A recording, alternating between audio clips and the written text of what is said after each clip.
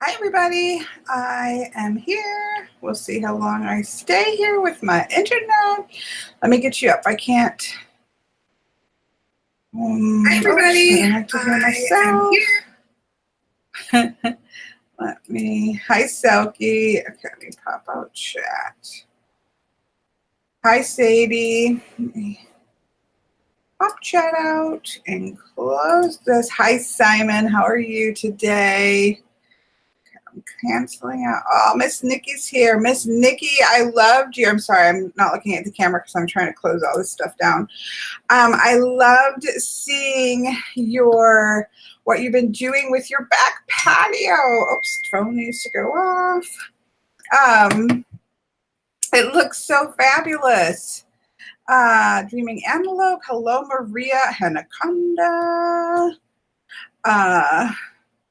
Misty, hello, Misty. Hello, Tattooed Spirit, Mr. Jeff. Happy Sunday to you too, Miss Jessica and Sharon and Havana, aka Sparkle Divine Tarot. Hello, Pepper Jackie. I don't know that we've seen you before. Mr. Zach is in the house. Hi, Tribal Woman. I thought I saw somebody say this is a newbie here. Sharon, hello, Sharon. Welcome to the chaos that is live chat. Hello, Melanie. Miss Texas. I feel like that should just be said with some sass.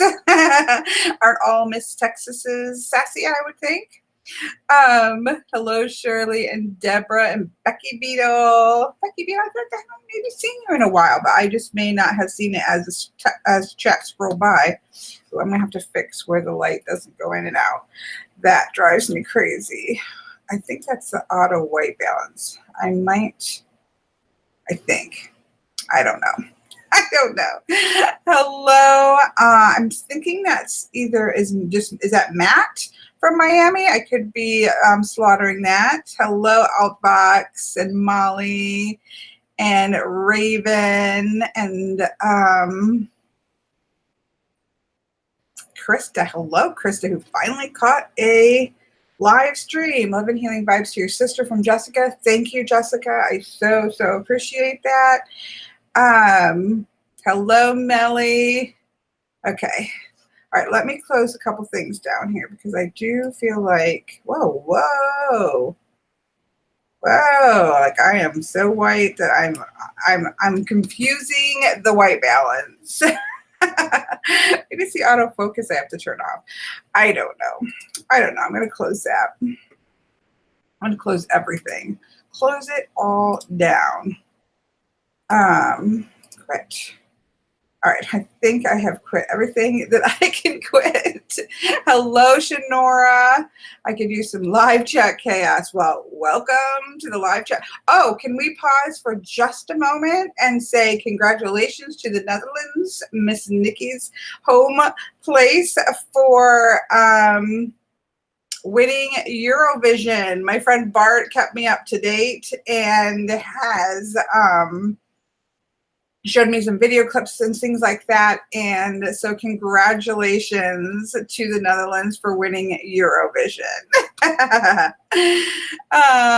After 44 years, so it must be, what is the first time the Netherlands ever has won this? Is that what it is? I, of course, didn't know anything about Eurovision, to be honest, until live chats, because people would be like, it was like during Eurovision, it was like Eurovision's going on, like that kind of, that's the first time I'd ever heard of it, was I think when we started doing live chats. I think I saw Simon say we came last again. Oh no, how many contestants were there all together?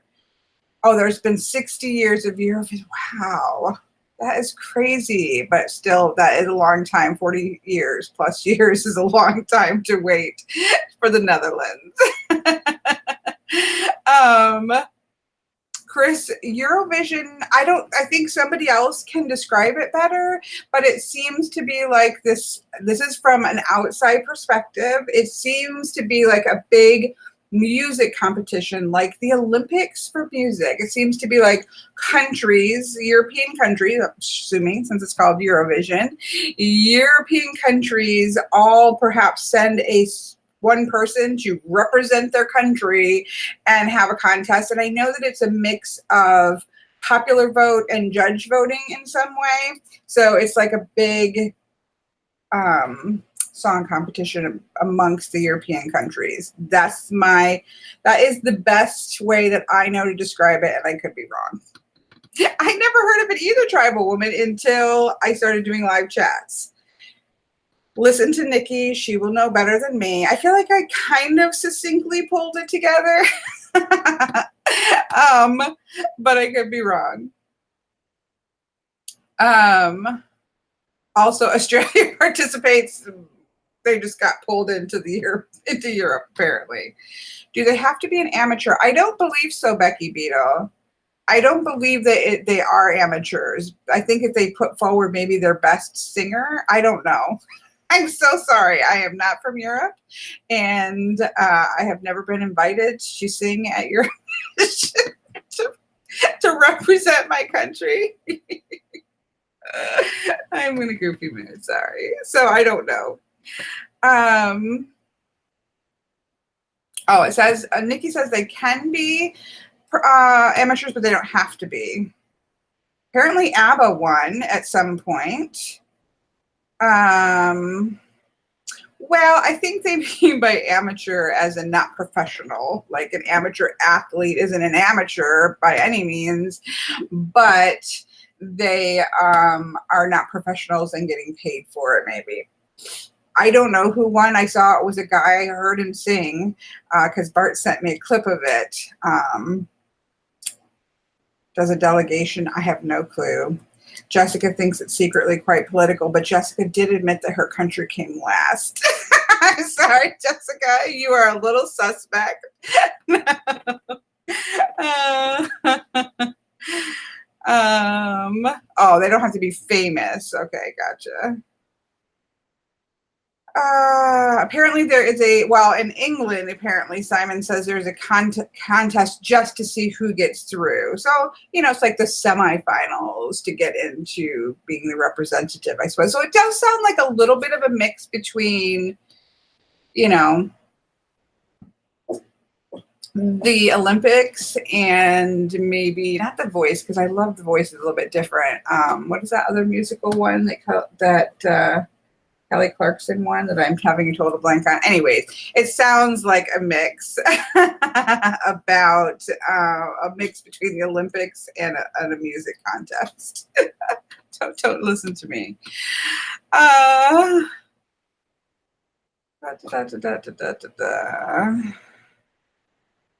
Oh, ABBA became famous from it, apparently. We're learning all kinds of things. Celine Dion also won it. I saw somebody else that they said won it, but I can't remember. I can't find it now, and I'm scrolling back. Yeah, I'm not going to keep trying. American Idol, thank you. Like Olympics meets American Idol. That's what I'm thinking, but that's my guess. And Nikki put a link up in case anybody wants to see who the winner was, which is from her proud country of the Netherlands. So exciting.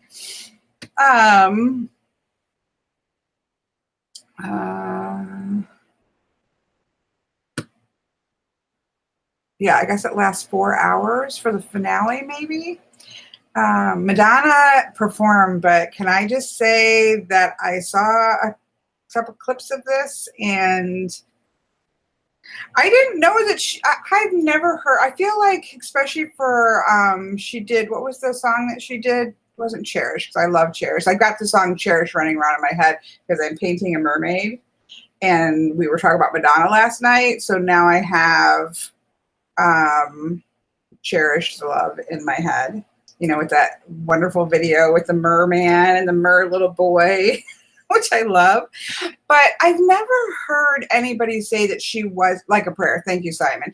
I've never heard like that she is a bad live performer. I've really never heard that about her. So it makes me wonder. I mean, I thought Like a Prayer was so off tune that I thought she couldn't, there was something wrong with her, you know, if you can't hear yourself, and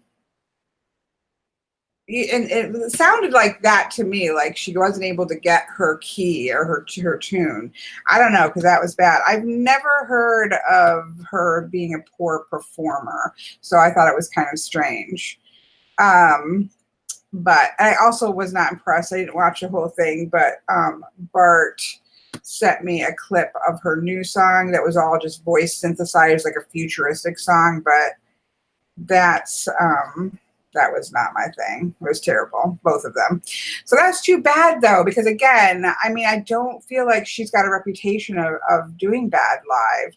So, well, Simon's seen her 3 times. Was it like that? I probably not, or you wouldn't have gone back 2 more times. So I feel like something was going on there, because I've never heard of her being bad like that. Anyways, I do like the song Like a Prayer and Cherish. Clearly, since I said she's an amazing. That's what I thought so too. Yeah, Chris, I've heard that too.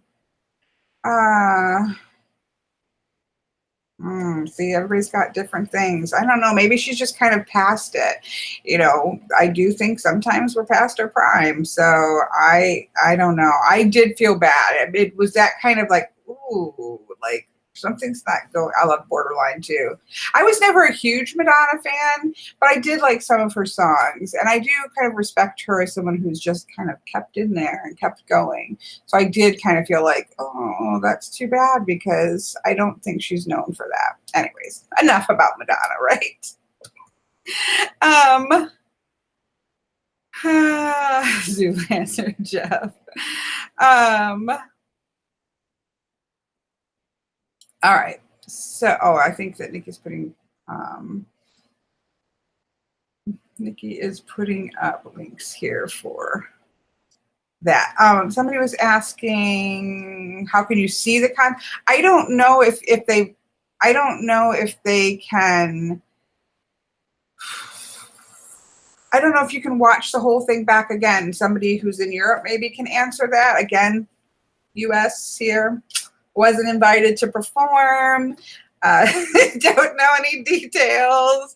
I don't know. I don't know if that's something that you can watch back or not. So no clue.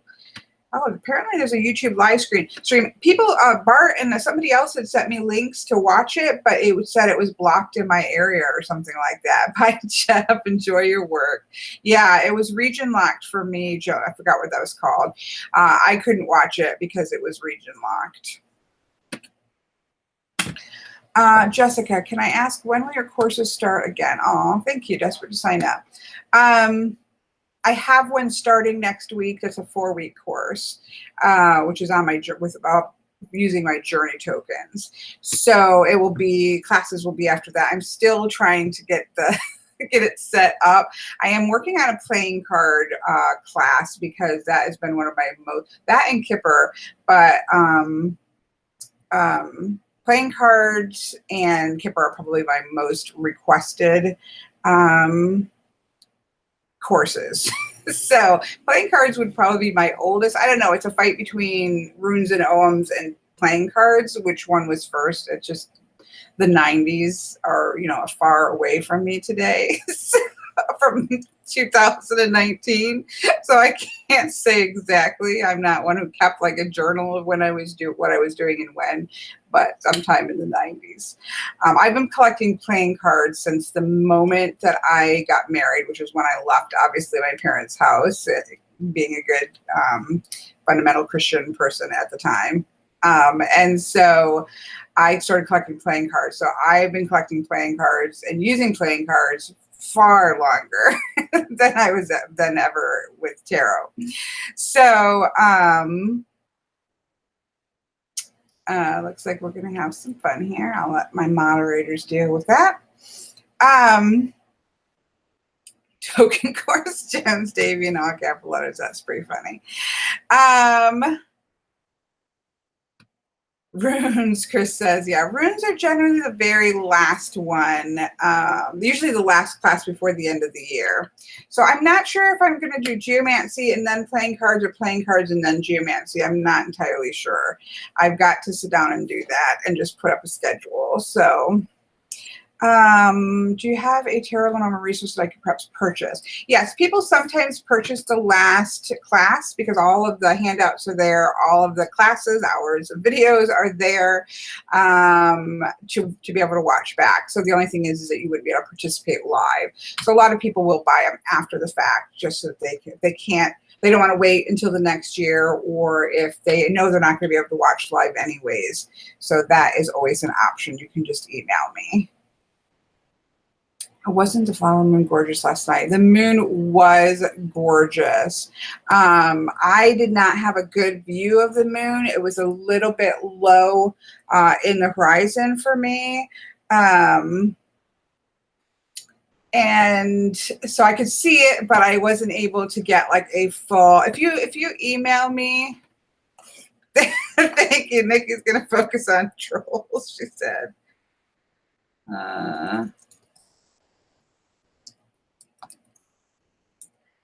That up for you, Jessica. So anyways, it was beautiful from what I could see. It was kind of down behind the trees, and I wasn't able to see it as well as I'd like. Altbach says, have you seen the Irish OM deck on Etsy? It's watercolor and crystals. I'll have to take a look. You know, it's so funny because Patrick and I were talking yesterday about casting systems that are placed in cards. Now, I learned to read OMs. No, that's not true. That's not true, because I made that OM, that mush coated OM and rune boxes before I ever had the deck of cards. So that's not true.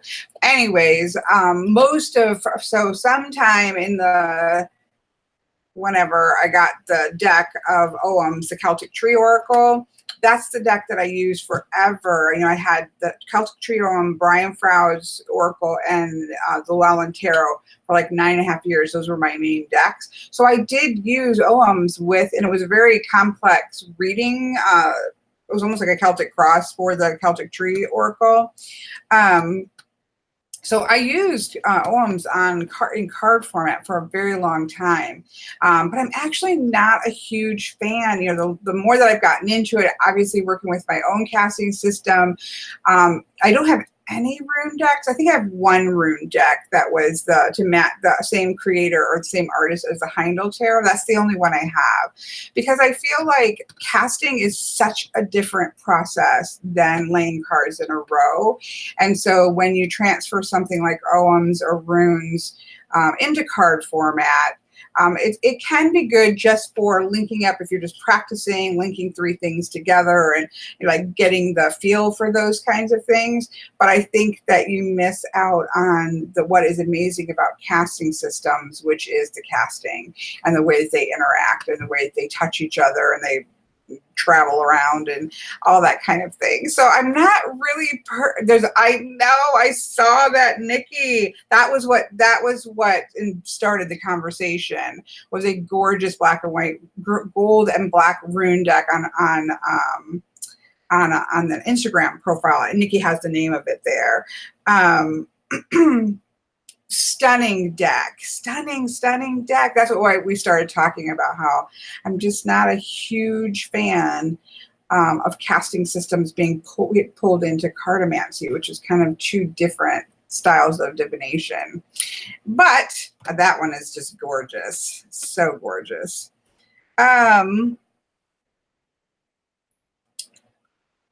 I'm sure I missed stuff while I was babbling. Oh, Chris said his partner and he watched the moonrise morning over the bay on a fishing bridge. That sounds amazing.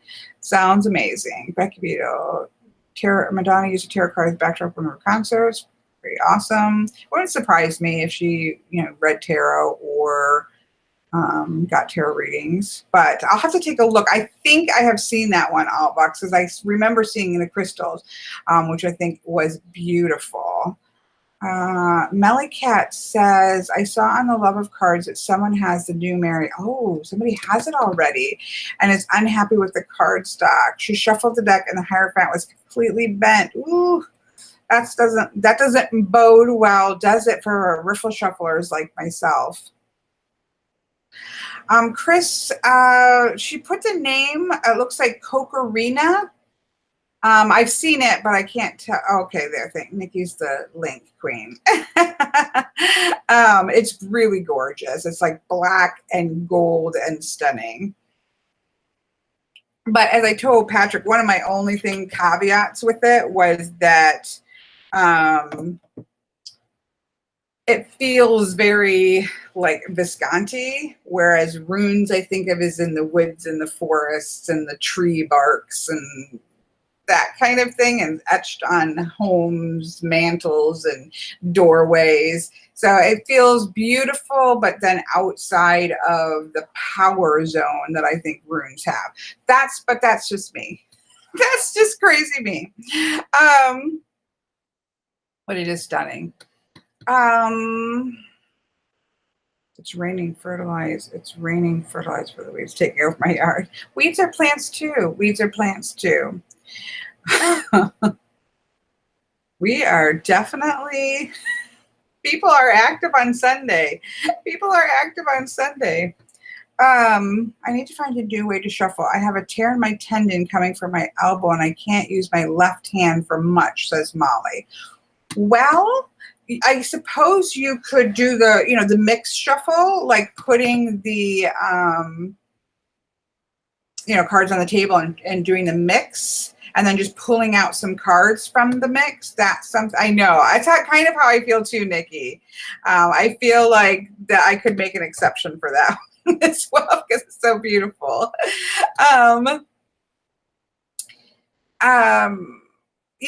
You could maybe do that kind of a mix. The other thing that you can do maybe is just span them out, right? So if you have your space in front of you and thank you, washing. I knew there was a technical name for that.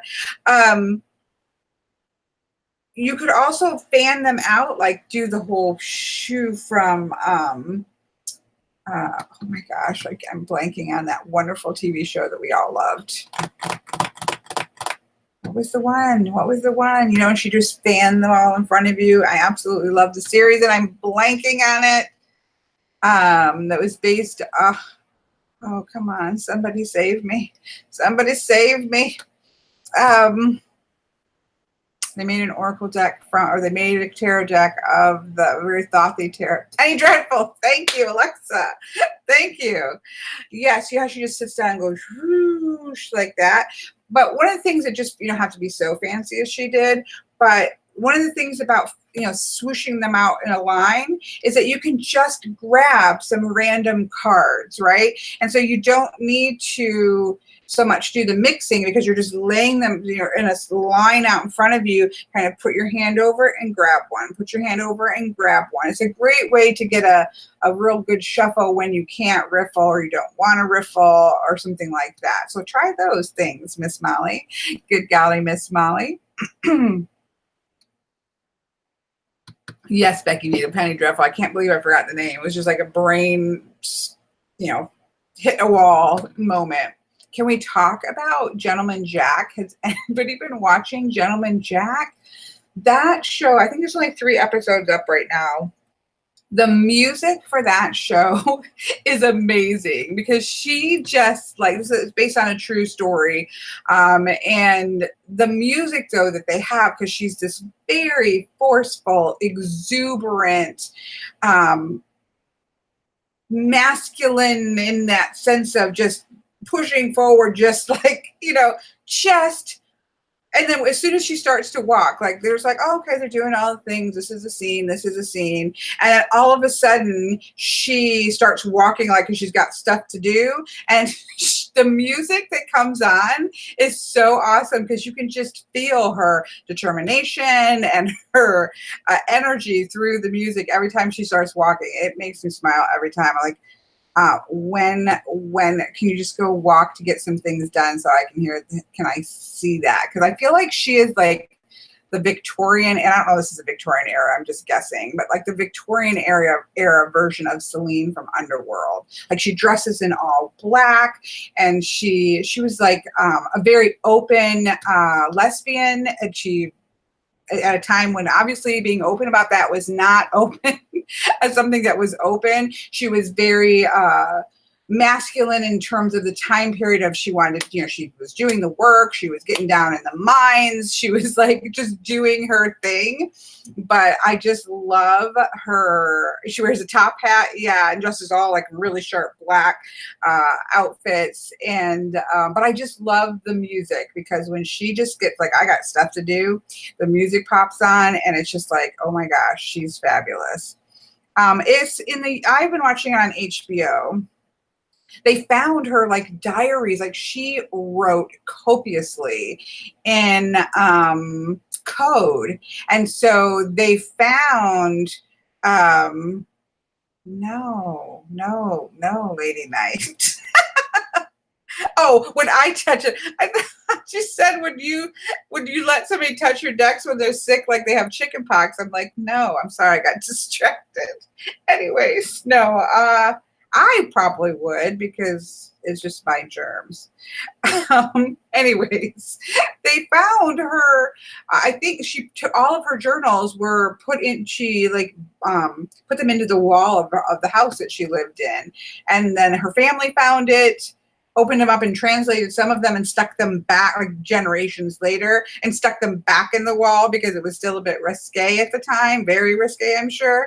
And so then they recently were, I don't know how recently, but they were pulled out again. And it's like, I can't even remember what the words are, but it's like bigger than the Bible in terms of wordages, according to Bart. And so they've been translating the code, and they're making this show based off of her journals, which is fabulous. Anyway, sorry, I am babbling. The other show that I'm waiting for is, somebody just mentioned that, Good Omens. I cannot wait for that on the 31st. Okay. Brace your own germs, said Heather.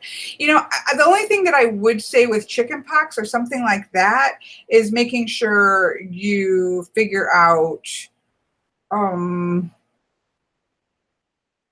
like how long does that kind of a virus last or hold out? Because it's not like you can spray them.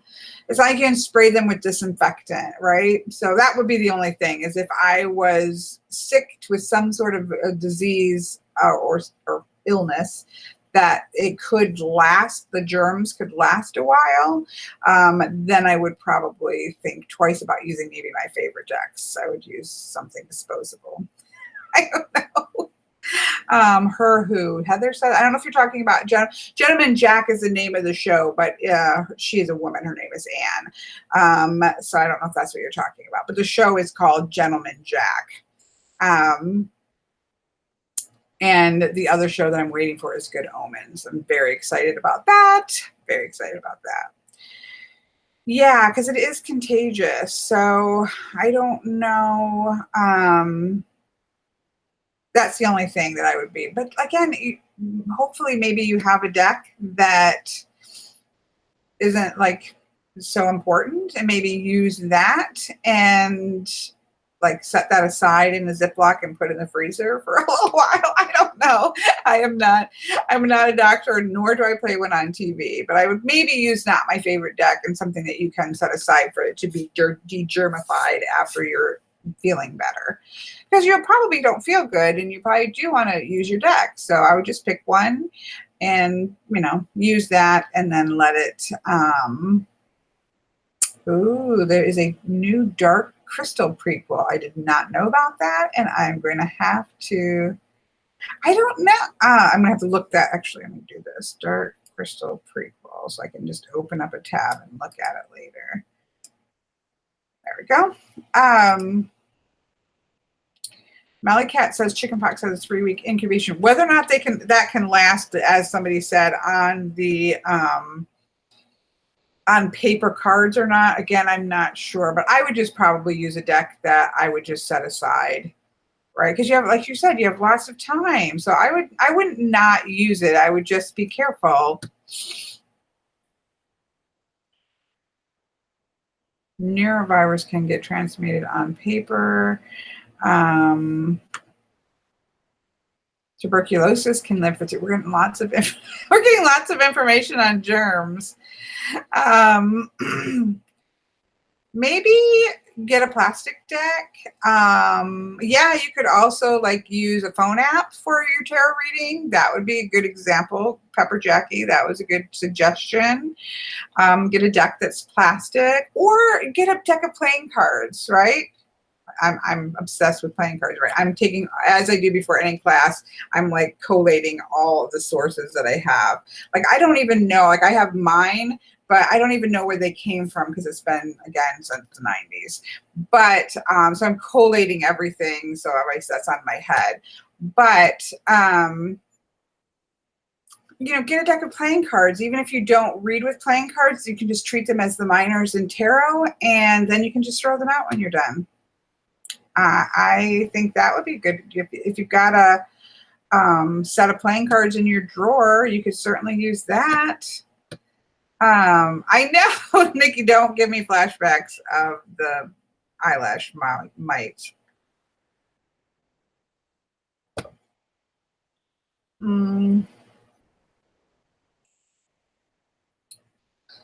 Okay, let's see. And the what we do in the shadows spinoff airs on the BBC tonight, says Miss Kelly. Seeing if I missed anything else, but I'm gonna keep moving. I guess you could wear gloves, but I hate plastic gloves or rubber. You know, the gloves. Those. Well, I had to wear a lot of those with Michael, but you could certainly do that and get sweaty hands. Molly cut cables part of your depth here. Very good. I haven't had cable since I think I left my ex, which has been, although I do have access to like, because now you can just get HBO and pay. So my daughter pays for Netflix and I pay for Hulu, and we share that. But then you can get, so like if there's a show running on a particular channel that you can, on Amazon, you can pay for, you know, $5 a month or whatever, just for a one channel, that kind of thing. Have I had any trimming disasters? Jones Davies said. I wouldn't. Yes, I suppose. My Marielle, I went to corner round I trimmed the Marielle. This is before I had my beautiful, my favorite ever corner rounder. And I went to trim the corner and it chewed it. And so then I had to trim the corners big and round, which I did not like at all, but it was the only way to save the deck. So that was, I suppose, a disaster because I did not like it at all. And so is that what you mean by like miscutting or something like that? I think that's the only one where it was like miscut.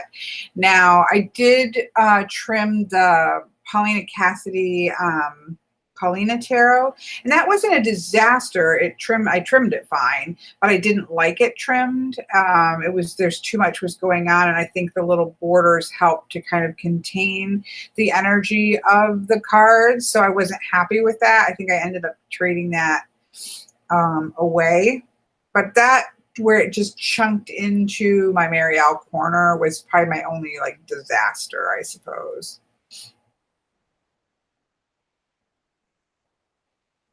Hello, Rachel. Hello, Wendy.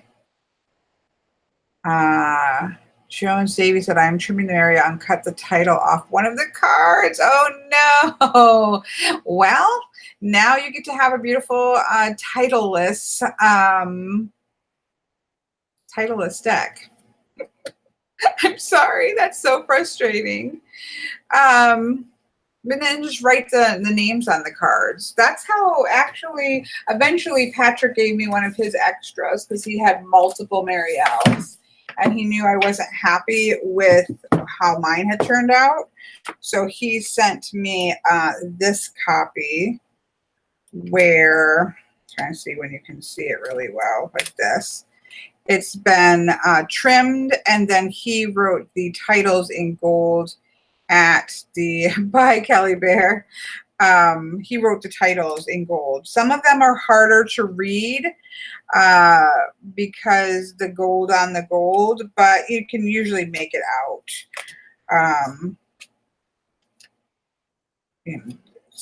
And so that's, you could do something like that, is just, you know, write the titles in if you don't want them done. And I think this is beautiful.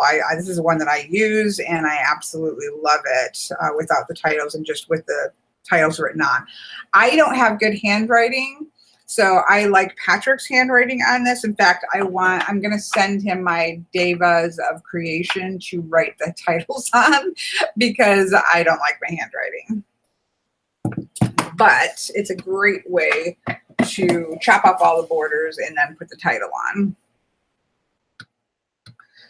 I don't think clear tape would probably work real well, Heather, just in terms of shuffling. I feel like no matter what, whatever that bottom piece that was taped on, it wouldn't hold real well at all. That would be my guess. Pepperjack has to get cleaning for company. Nice. Nikki kind of scratched in or indented it with her ballpoint pen, and that way she can see the symbol of the suit and the number. So she basically like well, the opposite of embossing it. Anyways, you know what I mean. That's a good idea too. Yeah, maybe etched. Yeah, that could be etched. Yeah, I haven't heard anything about the cardstock. Somebody said, obviously, because somebody bent their Hierophant while riffle shuffling, they weren't thrilled with the cardstock, but was it at least matte and not shining? Does anybody know? Engraved? Alexa says maybe. Which we're trying to figure it out. Yeah, I think he just used a thin gold Sharpie on that, Jones Davy. I believe that's what he did. Hi, Webloft. Adam says, what is the best way to learn Deste? I can level Lenormand, but Deste intimidates me. Deste is an amazing, amazing system. I know I've got a couple Deste videos up. Chris, and he's got a bunch of numbers, so it's so hard. I can never remember his numbers. But if you search Deste on YouTube, there's a Chris, he's got videos up on YouTube. I believe he might even go through, I can't remember if he went through the cards. I think I might have a Deste like cheat sheet, or like handout sheet, quick reference sheet in my reference sheets. I'm not positive about that, but I feel like I might. I don't know how to see that quickly. Mallycat said that the Marielle did look matte. I'm trying to see if I can find the where it links to.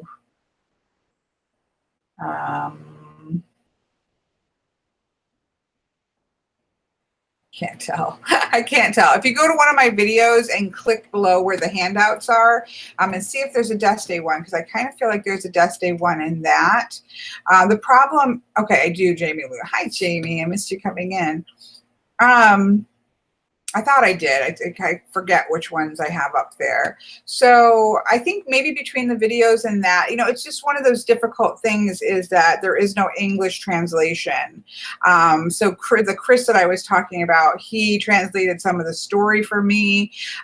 He also, once I have both Chris and then I have somebody else from Greece, so two people from Greece, who used Deste, kind of looked over the way that the keywords that I was using, just to make sure they were on target. So it's just one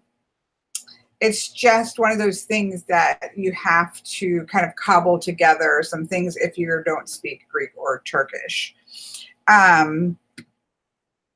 So, but it's a beautiful system and it's pretty intuitive. You know, there is a core of it that is just basically a Lenormand style deck with a lot of Lenormand images, but they also have some different ones like the dervish and the camel and things like that. And some of the meanings aren't the same, so don't just transpose the Lenormand over.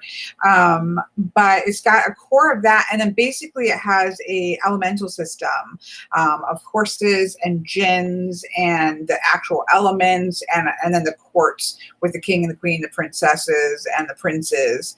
So it has like this whole elemental court system, and then it has sort of a Lenormand Kipper-esque type system combined together. So anyway, sorry, that was a long answer. So yeah, maybe look up some of those resources and get the handout, and maybe you know, you can kind of pull it together for yourself. I would love for the guidebook to be translated into English. Okay. Miss Jamie is in Portugal and very jet lagged. Have an absolutely wonderful vacation, Miss Jamie. Jessica, this is such a lovely community. It is a lovely community. Speaking of which, we need to change our weekly card. Beautiful energy. Yes, I agree. We have an amazing community that makes live chats a joy. We've been doing these a long time. I always have to guess, but my guess is 3 years. Somebody looked it up. It's been, I think, since they had the live chat feature. So I want to say it's been 3 years, but maybe 2, maybe 2.5. I don't know if Mr. Bart's on. He can tell me, but he's good about that. But it's been a while. And we wouldn't keep coming back, right, if we didn't have this amazing people. That 3, yeah, it's about 3, I would guess. 3-ish. I think that's a good way to put it, Miss Savannah. We wouldn't keep showing up for that long if it wasn't for this great community. That is for sure. I wouldn't be showing up for this long if it wasn't for these great people. So, yes, I agree with you. Simon, was I doing the live chats at the time, Simon? I'm pretty sure. Hi, Duda. Yeah, I haven't seen you for a while.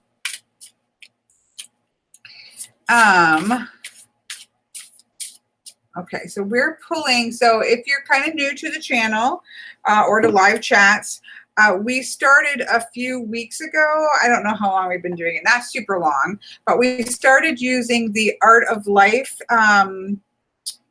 tarot, which I kind of look at a little bit more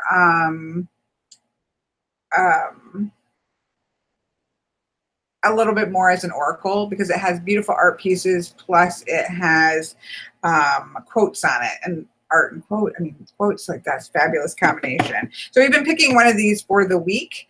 Yeah, most people are thinking, yes, I kept calling. Well, that was your fault. I think it was because you had won a free reading, and so I'd seen your real name, but apparently you're not called that by anybody else. So yes, I kept calling you that.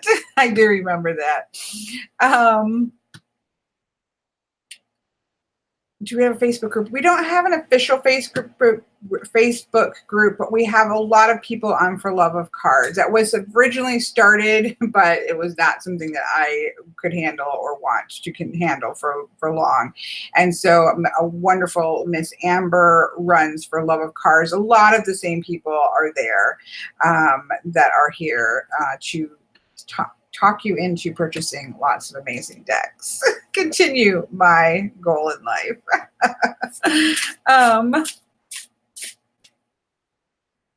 The Art of Life is beautiful. Yes, it is. It is a gorgeous one. Donna came out of the shadows. Where did she come out of the shadows? I missed that. I can't see it. Yeah, there's lots of people who lurk, and there's nothing wrong with lurking and watching. The chats can get pretty crazy, especially on Saturday. I feel like they're slightly better on Sundays, but that could be my imagination. I feel like they are slightly less chaotic in terms of scrolling, but they can get pretty crazy, and I can understand why people just want to watch. Chris says, my Crow Tarot and guidebook should be here tomorrow. Oh, nice. I didn't know there was a book, to be honest. Well, there's a book, I guess, in the... No, I think it's just a booklet. Where do I have it? This is... Oh, yeah, the cards aren't in here because they're down there. But, yeah, it does have a little book. I wonder if it has a bigger book than that. Anyways, I love this deck. This was one of the surprises. You know, every year... Oh, there's a big book, too. I don't tend to use books, so I don't generally purchase books outside of them if it's a separate book. But I love this deck. You know, I feel like every year there's a sleeper deck, a deck that I didn't expect that I was going to love it as much as I did. And definitely the Crow Tarot is going to be on that list for 2019.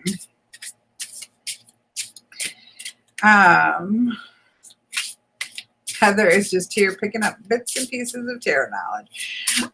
That's a good, you know, you could also pick up other knowledge, Heather, like Eurovision information. You can pick up information about TV shows to watch. You can pick up information, real random information that comes up. There's all kinds of things on live chat that you can pick up. Some of it more helpful than others. Okay, so let's pull a card for the week. So we've been using this to pull a card for, yes, info on I-mites information, very important. I have 14 cards left, and I have to go back and remove the titles. Oh, just embrace it, Mr. Jones Davy. Embrace it as having wanted to be completely free, and then you can write it in. Have I purchased a Lily White? I have not yet. It's definitely on my list. I'm trying to be very good, but it is on my list. I'll get there. I'm just right now I have decks that are coming. Like I just got the shipping notice for Oracle of Wonder Walking, although I don't think she's actually going to drop, you know, I think we're getting shipping notices, but it's going to sit there for a while. But the deck of Oracle of Wonder Walking, or the deck of Wonder Walking, I can't remember exactly what it's called. That's coming. The Light Seers Tarot the cards are there, so that should be coming soon. The Majestic Earth, the deck I've been waiting for, the only deck I want in 2019 now. It's up there for me. The Majestic Earth, I know all the coloration has been finalized, so maybe by fall we'll get that. That would be a great deck to get in the fall, actually. The Botanical Tarot and Oracle combo by Cracked Amethyst I have coming. And then the other Botanical deck that is being put out by US Games, I pre-ordered that. So I kind of feel like I have decks that are coming.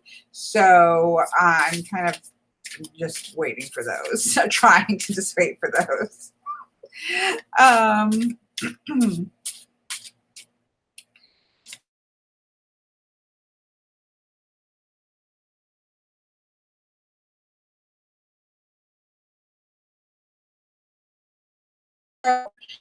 And I have to admit that I bought this just because it looked like crystals. I just refill it, but it looks. How are you enjoying the Soul Card Tarot? I bought it after watching. I love the Soul Card Tarot. I have to say my only disappointment, and the only reason that I might lend people or push more towards maybe the black version, is just that it doesn't photograph very well, which is fine for most people, right? But for me, I don't feel like I can use it for client readings because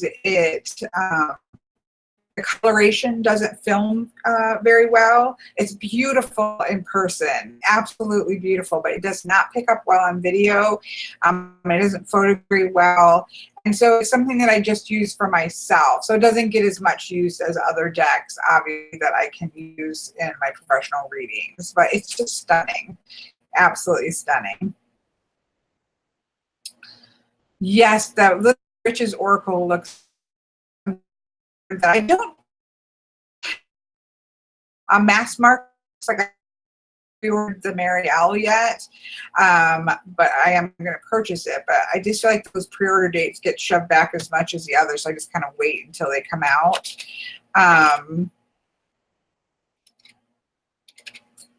Somebody asked something else. So cars, yes, love it. Excited about the botanical. Which botanical deck, Heather? Both of them I'm excited about. Oh, can you see me?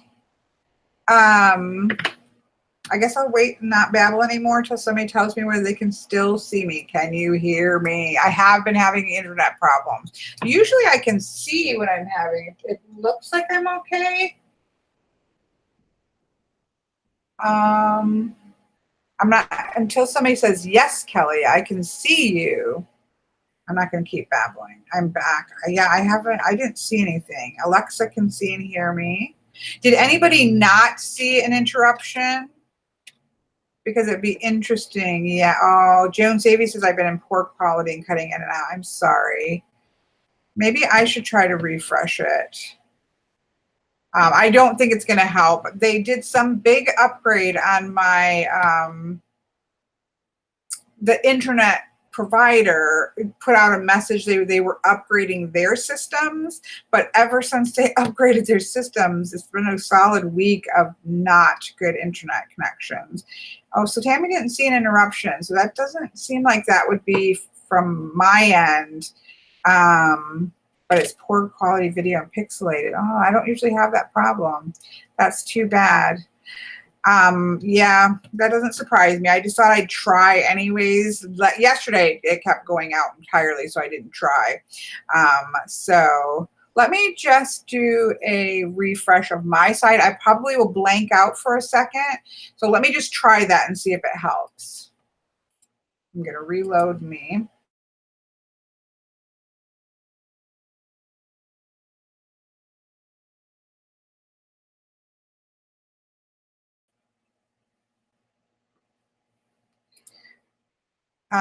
Okay, so let me know if I come back.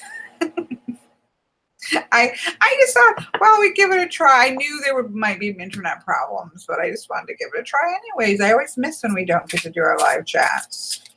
So I apologize that the video quality has been crappy. I do try to have decent video quality, but sometimes you just have to roll with it, right? All right, so I'm back. Apologize again. We'll plow through with poor quality, I guess, today. Jessica, do you film all of your client readings? And yes, I do. Well, because I send them the video link. So I'm not filming client readings that are here, but I film all of my readings get filmed. Not all. I do sometimes do written ones, especially for people where English isn't their first language. They're generally the ones who request a written one, but for the most part, all of my readings are video. I'm still pixelated. Well, it's up to you guys. We can cut it off short or we can power through. I'm going to at least pull this card. I obviously can't, from my end, I can't see how bad or good it is. So I don't know whether we just need to quit if it's annoying, or whether we can plow through. So we'll see. We'll see. Let's pull a card though here. I won't try to share any cards, I guess, too closely because you probably won't be able to see them. Oh, you got my birth card. So you may not be able to see this, but this is the Chariot card. So it has a gorgeous image of a air balloon, and it's called The Balloon by Pal I cannot say. I can't say that, but Pal Merced, it looks like, from 1870. He's a Hungarian artist. Do not go where the path may lead. Go instead where there is no path and leave a trail. Ralph Waldo Emerson. I adore Emerson. So it's a beautiful, it's this, don't go where the path leads. Not only take a different path, which I think is fabulous by itself. So go where there isn't a path, but leave the trail. So you being the one who is going to blaze the trail. It's almost that hermit energy, right? So the hermit is going off and going on to his own space to be able to process and gain wisdom, but at the same time he's shining a light back for other people. So it kind of has that feeling too. Blaze your own path, but leave that path behind for other people. I don't think that people are going to be able to follow an air balloon too well, but I love the quote because it does have that secondary connotation of, you know, take the road less taken, right? Go the third road. This is a concept of the third road for me. So one of my tokens in my journeys token set is the third road. And that's because that has been a concept that that has been with me since forever. I used to collect ballads of Thomas the Rhymer. So that was an old ballad, and I would collect various versions of this old ballad, which was about a folk tale, rooted, you know, we know the person existed, but rooted in the idea that Thomas, who was a bard, was took the third road to fairyland, and he was stuck there, of course, as people are, for 7 years. And when he came back, he had lost the ability to tell a lie, which is quite difficult as a bard. If you're in the king's court and you can't lie to the king, it could get your head chopped off, let's be honest, right? But anyways, at the beginning of that ballad, there is a little snippet like that leads into it, and it talks about the broad road, the broad easy road to hell, and the narrow difficult road to heaven. But to remind the reader or the listener of the ballad that there is a third road, right? There's another path that you can take if you look between the trees, if you look for that little path that you didn't quite see, there's a road to fairyland. And so it's that idea of walking the edge or walking the wall, which was the name of my blog for years and years and years. Yes, I have Dick Jones Davy. And that's the land, you know, walk the wall to Fair Elf land. The third road is to Fair Elf. So it's about walking in the liminal spaces. I'm babbling. But that's what that makes me think of, right? Don't go to the broad, easy road to hell, or even the difficult road to heaven, but to forge ahead and find your own path forward, and then leave a trail for those others to follow behind. I'm rambling, but I love it. So let's change out this. So this week, this is our card for the week. When there are opportunities to go this way or that way, go straight down the middle, right? Find a different way. So if that can be applied to so many different things, right? If you're in the middle of, a disagreement with somebody and it's just you're butting heads, find a different way. Find a way around it.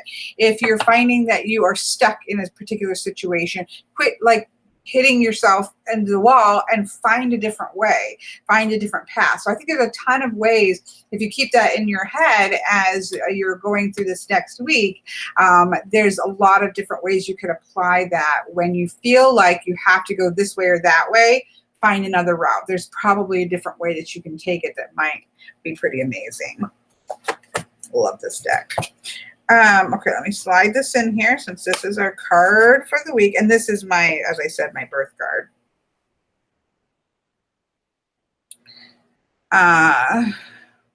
You can get rid of that too, Nikki. We are not, we're not looking for chat sponsors. Again, this is the Art of Life Tarot. I don't think it's very expensive. You can it's by Charlene Livingstone. I'm pretty sure that you can purchase this on Amazon. Oh yeah, Nikki said it's still on sale for $13.95 or $13.46. So it's not a super expensive deck. The backings are gorgeous. It works beautifully as sort of an oracle / tarot, which I quite like. So there you go. that's our card for the week. I love that. I can't remember. I haven't seen her on. There was somebody who loved that deck who kept asking for it. And so, and kind of started this little habit, weekly habit for us, and I quite enjoy it.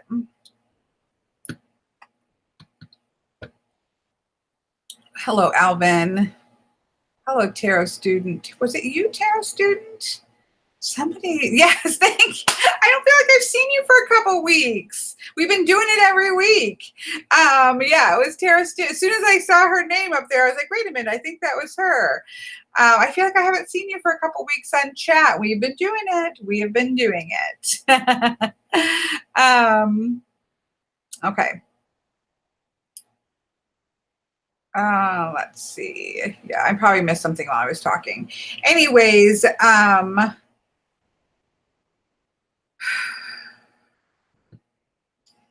lost my train of thought. We'll keep moving. We do need to pull for, oh, and Nikki also has one for Book Depository for Not in the US. My camera is happy now. Well, it's probably not my camera so much as in my internet connection. For you know, if your business is really everything that I do is linked to being online, having internet problems is not a good thing. Let's pull. You know, I really liked that combo reading. Let's do another combo reading. Can we do that? Oh, yep, you did miss. I thought I hadn't seen you.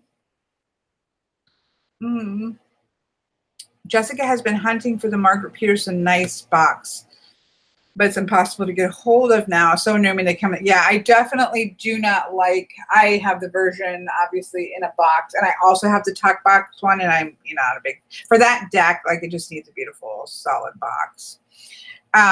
Yes, upload speeds are not just slower, but they get interrupted, and then something happens and it messes it up, and I've got to try to re-upload. Yeah, it's just not been good for sure. Not been good for sure. Tammy says, now that I've seen the new Marielle new images, I love the new Hierophant because I'm not a fan of that card. But the other images, I would prefer the original. I really wish, and we talked about this before, I'm going to get back to this, but I really wish that they had given they just put the deck out as it was and then added those 4 as extra cards that you could swap in or out. To me, that would have been perfect. Would have been if they'd done that. They just left the deck as is and gave them as extras, and then people could use the ones, because what I would have done in that case is just change out the Hierophant because I love the other cards actually. So, but I'm still excited about the deck because I tend to not use the deck as much because I'm always cringing at the Hierophants, and I know some people love the Hierophant. I don't, it's beautiful art. Well, I wouldn't even say it's beautiful. It's powerful artwork, but I just don't like creepy fingers and I don't like alien babies. So, so it makes it more usable for me with clients that I'm not sitting there trying to be in the moment. And I'm thinking, please don't pull the Hierophant. So I will get it, but I will still be keeping and using my original version as well.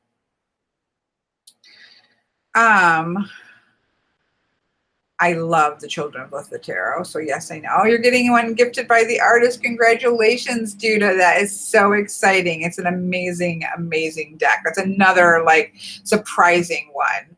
I knew I would love it. Like it wasn't that I was surprised that I would like the deck, but I love the deck. And I'm very tempted to get the black edged one.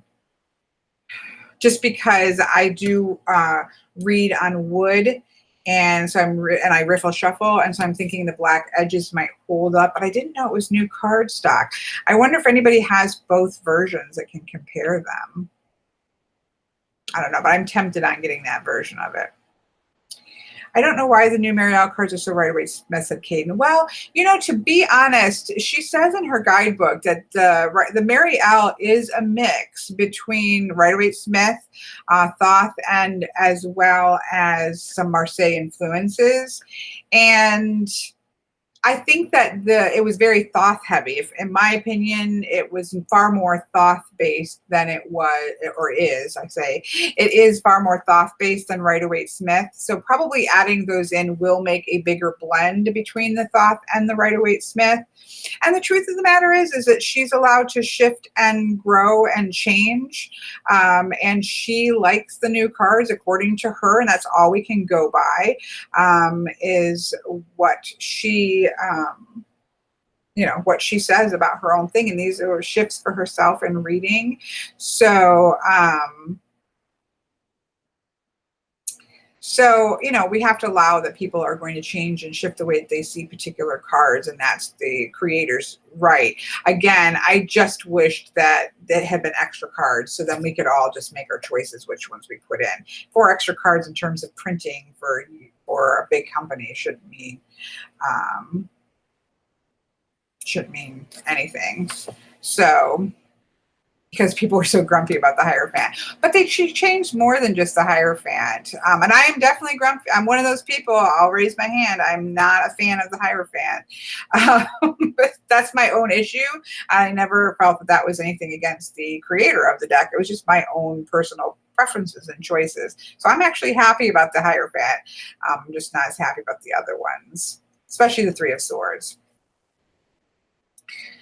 Of course you can. I don't know what you're talking about, Nikki, but you can share whatever you want. My brain doesn't function well when I'm multitasking. So sure, I'm not sure what you're meaning here. Callie, are you planning on extra token sets? I don't know, to be honest. I haven't gotten to that point yet. Oh, well, Miss Nikki, that really wasn't so much of a gift. I mean, it was a gift to you, but you do so much for us, Miss Nikki, so much for us. But I'm glad that you enjoyed them. You deserve it. Mr. Jones Davy, at the moment, no. I think there's so many ways to get extra, which we'll talk about in class, and I think I've already sent out to people who purchased it, like other ways that you could roll in sets of 20. So you can literally roll for an OM. You can roll, there's lots of ways to use dice to expand. Yes, everybody send Nikki some love because she's amazing.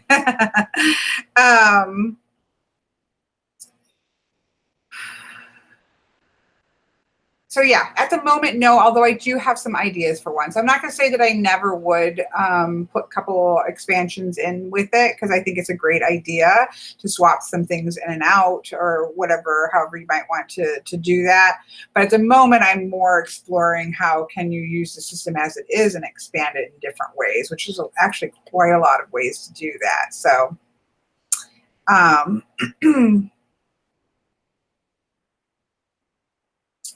hopefully that answered that. Nikki with the hammer, keeping live chats clean. Yes. Yeah, no, I mean, I do think I have ideas for some, like a small set of add-on tokens, as I do have ideas for that. But I think I really want to explore it as it is, because a lot of work, I guess, went in for me. I spent so much time like figuring out exactly what was going into it that it feels very complete, and it feels like there's a lot that can be pulled out and added in just from the tokens and the use of the dice and things of that matter. So I'm kind of in the midst of exploring that fully versus adding anything more in, if that makes sense.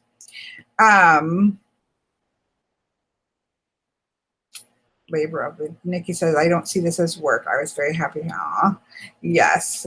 But it is still work. Let's be honest. And we have other amazing people like Hanaconda and Simon and Patrick when he can get on. We definitely have amazing moderators.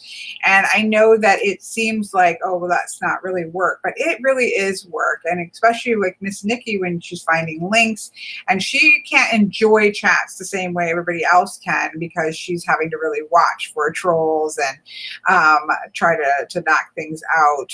and get links for people and things like that. And so that does change the way that she gets to experience chat. So I do think she deserves, as well as all the moderators that are willing to come strike the wrench, deserve high praise.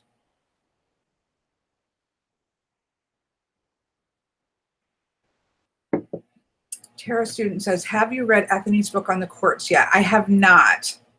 I'm halfway through and I'm surprised at how much I'm enjoying it. It wouldn't surprise me that you're enjoying it. I think Ethany has an amazing amount of information. She has been reading for a very long time. I'm actually doing a class with her. She does a tarot summer school. I think the promotional stuff should be out pretty soon. But she does a tarot summer school where different people will teach classes. And so I'm really excited to be doing a class with her with the tarot summer school, which is exciting. But I think she has a lot to offer, and I do need to, I've got to go to Barnes and Noble today. I'm wondering if it will be on the shelf there. I love finding those things on the shelf.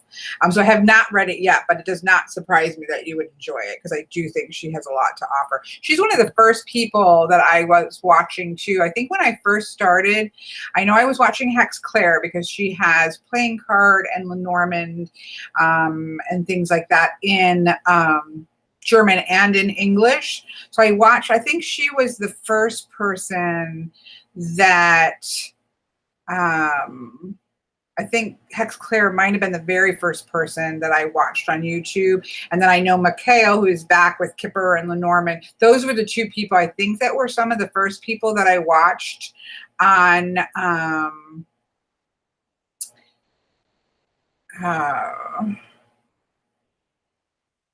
YouTube. And then I know I found Kellyanne Maddox, and I know I watched Owl Moon because she did I liked hers for reviews, deck reviews.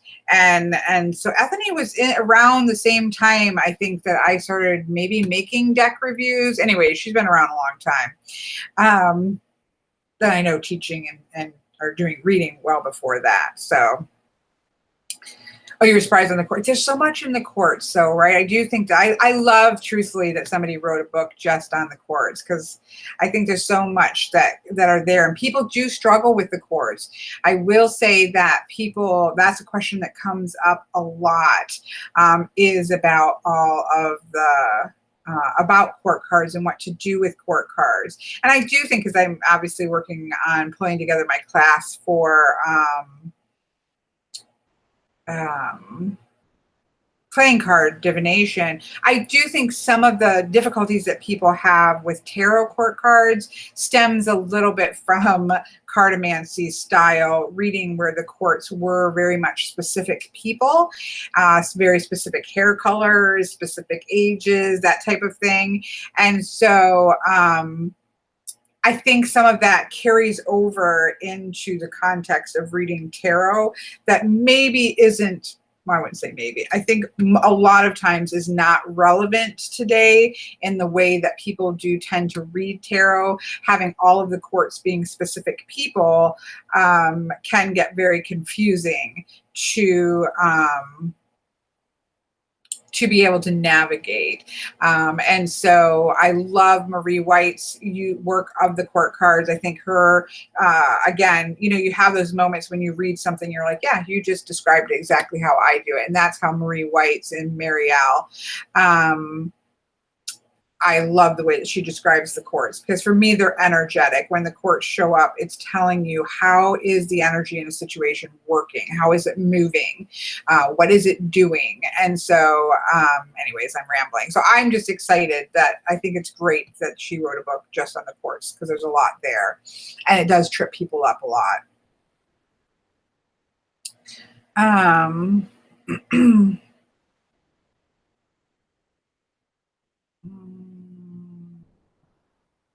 Jones Davy, are you doing an exclusive reveal? Did you find some amazing deck that's going to cause us to lose money? I don't know. I don't know what Mr. Jones Davy's revealing. We may have to look carefully. Nikki's preparing for a birthday song next week. Awesome. Oh no, it was me. feel? Um, she's back posting videos. I don't know what. No, I've lost the train of thought. I've lost the train of conversation. I've lost it. Oh, that I was teaching a class. Was I not supposed to say that? I think I'm allowed to say that. I know they're going to be releasing information, but I think I was allowed to say that. If not, just shh. I think I'm allowed to say that. I think Ethany's summer school is the concept behind that is that idea that a lot of people love to go to like reader studio, right? We really like to go to, or people, I love the idea of going to a conference like that, those tarot conferences, but there's only, there's a couple of them and they're usually not nearby and they're pretty pricey, right, to be able to attend readers. That's the one I've looked at the most. I know there's a big one in the UK which I would love to go to, but it's pricey just in terms of hotels and flights and then the classes itself. Those are there's it's expensive, and so I think her concept behind it was having some people doing like conference classes so that you can kind of get that atmosphere of a lot of different people talking about something that they're passionate about and being able to attend that without having to fly. So that's, I think, her concept behind it, which is exciting. Are you allowed to tell us the theme? I think so. Now I'm questioning. Maybe I wasn't supposed to say anything, but there was never anything that said that you couldn't talk about it. I think they just haven't. She haven't released like all the stuff for it. But yeah, I bet there was with Benabelle. She's amazing. I'm teaching a class on symbols, so kind of going over the history of divination and the power of symbology and the way that in different types of divination, the way that we use symbol, we're so symbol driven, and the different layers that can go in and that allow us to read divination from sticks and stones and cards and tokens and all kinds of things. The power of symbols and that it drives divination. It's what allows us to sink in to all kinds of divination things.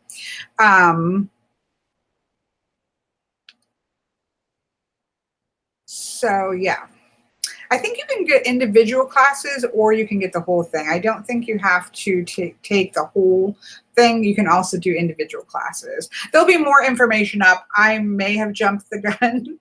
It's just you and me, right? This is just a small amount of people.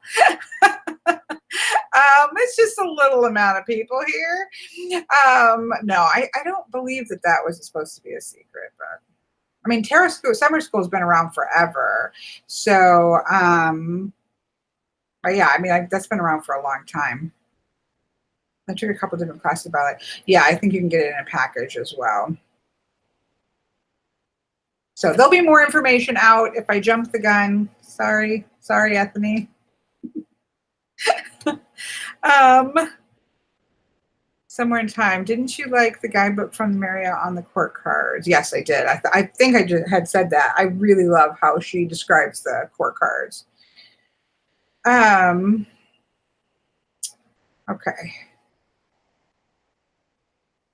I'm scrolling back in case I missed anything.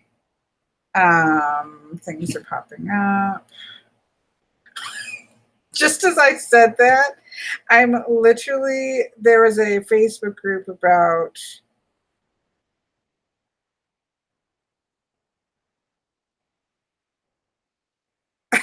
tarot summer school, but it wasn't like, don't talk about it. I was like, oh no, it just literally popped up. I'm like, I'm in trouble. I'm in trouble. Okay. Let's see. I'm trying to scroll back, but I think I'm kind of caught up. We do need to do a reading though. Phantasmagoria is an excellent book. I do love the book Phantasmagoria. So that is the Tarot of Vampires guidebook. I got rid of that deck because it wasn't one that I used. I couldn't quite get over the 1, 2, 3. There's a little bit of a Broadway play atmosphere to the vampires that was a little bit much for me. But the book I think is absolutely amazing. So I do have the app for it because, if you get an app, you can, Raven Song said Ethany put out the lineup. Oh, I missed it, Raven Song. I'm not in trouble. Thank you, Raven Song. Thank you.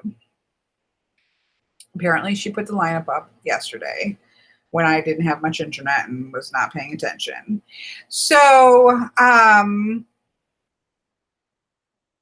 anyways, I do love vampires as well, but that one just kind of hit my funny bone. And it was when I wasn't keeping decks that I wasn't using. Now I probably would have just kept it, but at the time I was just like, if I wasn't using it, I was passing it on. But I did buy the app because I do think it's an amazing book. So the guidebook for Tarot of Vampires, which is called Phantasmagoria, I do think is an amazing guidebook.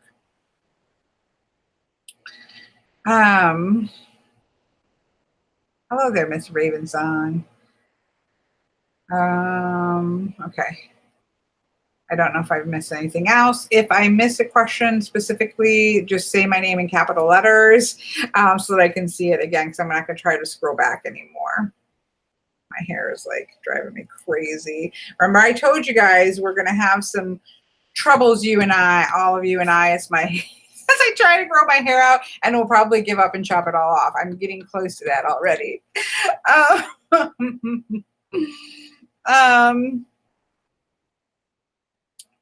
Oh, your comment on the epic vampire opera magician always made me laugh. I know. I know. And again, I think it's an incredibly smart deck, and I'll probably eventually get it back again just because I love myself some cheese, right? And now that I just kind of have a collection, I have working decks, but I also have collection, which I wasn't doing at the time. I'll probably end up getting that back at some point, but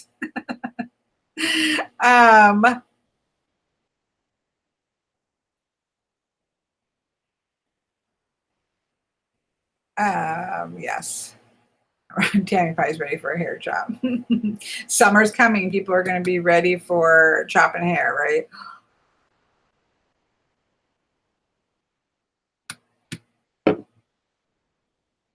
Kelly, you can't have scissors in the house now just in case of hair chop. I would not chop short hair, but I am close to, I have to get it cleaned up no matter what.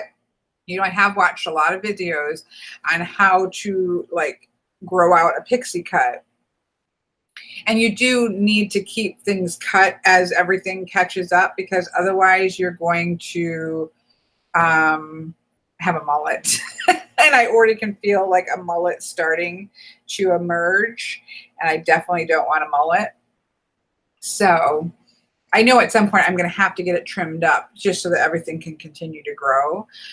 But I also did like it once I got over the tears, as you all had to bear with me for a solid week at least of horror. I did end up growing to like it. So I might just say, you know what? I'm going to chop it off again for a little longer. Yeah, there's going to be an awkward length phase, Havana. There's no way around it. If you're going to grow out this short of a haircut, there's going to be awkward hair. Awkward hair. I know, that's what I'm saying, Rachel. I'm kind of torn. I do miss my hair. Again, I think it's different, right? If you cut your hair because you want to cut your hair and get a style, I think it's a little bit different. When you cut your hair for kind of sad reasons, then there's a torn there, because I didn't cut my hair because I didn't like my long hair. I actually loved my long hair. But I do enjoy it short, so I'm kind of on the fence. I'm on the fence. Nobody cares about my hair. Nobody cares about my hair. Okay. Now let's move on. and let's pull, yeah, I'm not sure, Nikki. I don't know if the missing the length outweighs it or not. I would definitely do my length differently. I would not let it get as long as it was. It was down to my waist. You know, I had it to my waist and I cut it off for a child's wig. So I'd already cut off like 12 inches and then I cut it all the way off for my sister's wig. So I did get 2 wigs out of it. So I am happy about that. But I don't think I would have it grow out that long. And I think I would keep more layers in. But anyways, I'm back and forth. Today I'm in a let's just chop it and stick with the pixie. So my hair does grow fast, Tammy. I feel like it's grown out a lot because it was, if you know, a bunch of you were here when it got cut off, it was a lot shorter. You know, I had them cut as much as they could to get the length, and she got a real nice length from her wig. So I'm very glad that I did that. But it was short. so it was short. So my hair does grow fast. Let's see. Yes, I miss the bun. I miss kind of the height of a bun. I do like a good messy bun. Anyways, it's so silly we're talking about hair. I know nobody cares. I will get lots of messages about we do not care about your hair. Okay, let me, there was something I saw though. It is easy to wash and dry, that is for sure. Oh, Tara student, how is my sister? My sister is, it's rough. I mean, there's just no way around it. It's very rough right now. She had her second to the last dose, and it's rough. It's really rough. You know, it's just one of those things where they up the dose, right? So the dose is increasing and your physical ability to fight is decreasing. So it's a very terrible situation in which the cure, there's a race. One of the doctors had said, and I've heard it, seen other people say it, that there's a race between the cure killing the cancer or killing the person. And watching it in person, and I've watched other people, my son's disease turned to leukemia, could change to leukemia, his didn't, but it can shift to leukemia. So I watched a lot of close friends and children go through it. And so it's a wretched, wretched cure in which, you know, the cure itself can kill you. And so it's just terrible to watch. And it's just getting really rough because she just doesn't have any reserves anymore. She's my height and her weight is getting dangerous, and her, you know, she just has no reserves, and yet the dosage is going up. And so the side effects are getting just incredibly brutal. So it's rough. It is really rough, and she still has another dose to go. And she did get the news her last dose, that they do not expect her to be cancer-free when the chemo's done. And that was really devastating to deal with. But they could be wrong. That's just their expectation, given the aggressiveness of her cancer and the fact that she's HER2 positive and she's hormone resistant. They don't expect she's going to be cancer free at the end of all of this horror. So cancer sucks. It's so bad. I really do believe that someday they're going to look back at chemotherapy and radiation and be horrified at the treatment, because it's a really wretched, wretched thing. But anyways, thank you for asking. I appreciate the prayers, the continued prayers. Again, as I've said so many times, one of the things that I miss, there's not a lot I miss about fundamental Christianity, because it wasn't a normal Christian setting. It was a very fundamentalist, very rigid, very to the far extreme of things. But one of the things that I miss about that is, that sense of the prayer chain, that sense of being able to have like a community of people that you can say XYZ is happening and the prayer chain goes out. I don't know if anybody who's had that experience, that they can, the call, the telephone. Now that can go in bad ways too, where people are passing gossip. But at its best, that concept of being able to make that one call and it just spreads out, and you know that you have this like support system that just rises up around the person. That's something that I always missed, right? When I walked away from an organized religion, which has really been my entire adult life, that was one of the things that I missed the most in more of a solitary walk. And so for me personally, you know, irregardless, obviously the benefit to my sister is amazing. But for me personally, going through this and all that it stirs up with your past things with my son's illness, it just stirs up a lot of things. Being able to put that call out and have people throwing candles and lighting candles and putting messages, like that's the first time as an adult that I've been able to experience that real sense of community and being able to be supported. It's an amazing thing, and it's something that I can't thank people enough for it, because it's made it much easier to deal with.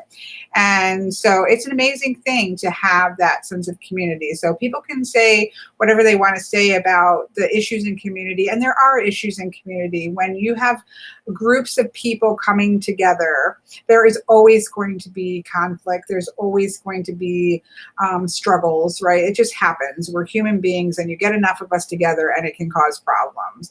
But the amazing power of community and knowing that all around the world, people are taking a moment and thinking something good for my sister or for myself and lighting a candle, that is an amazing, it's an amazing representation of the power of community. And that's something that I cannot express enough, that whatever shenanigans happen when you have groups of people come together are far outweighed by the umpth degree by the power of people coming together with intention to support each other. That's amazing. I think we should never let go of the understanding that while we feel like this one person, right, this one single person, and we have a lot of power in the individual, which is an important concept nowadays, is this idea of how much power we hold as an individual. But the fact of the matter is when you pull all that together and you have all that concentrated energy that's going out, that's a powerful thing. That's an amazing thing. And I am honored to be able to be a part of that. That is amazing. So on that note, on that mushy note, I'm going to pull another trifecta cards. I had fun doing this before, so why can't we try it again? Let's do it again. We're going to pull an animal card, a feather card, and a angels and ancestor card, just because why not?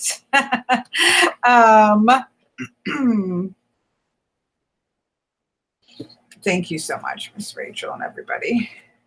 Hello, Tarot by Tamoya Spirit. I feel like we haven't seen you for a while. Okay, so I'm going to pull an animal card first because it's very supportive energy. Supportive energy. Hello, Whale Song. We're researching using HIV virus to cure cancer. Oh, that's crazy, isn't it? There are a few success stories already. That's kind of creepy though, isn't it? Because it makes you think about, it makes me think of the movie I Am Legend.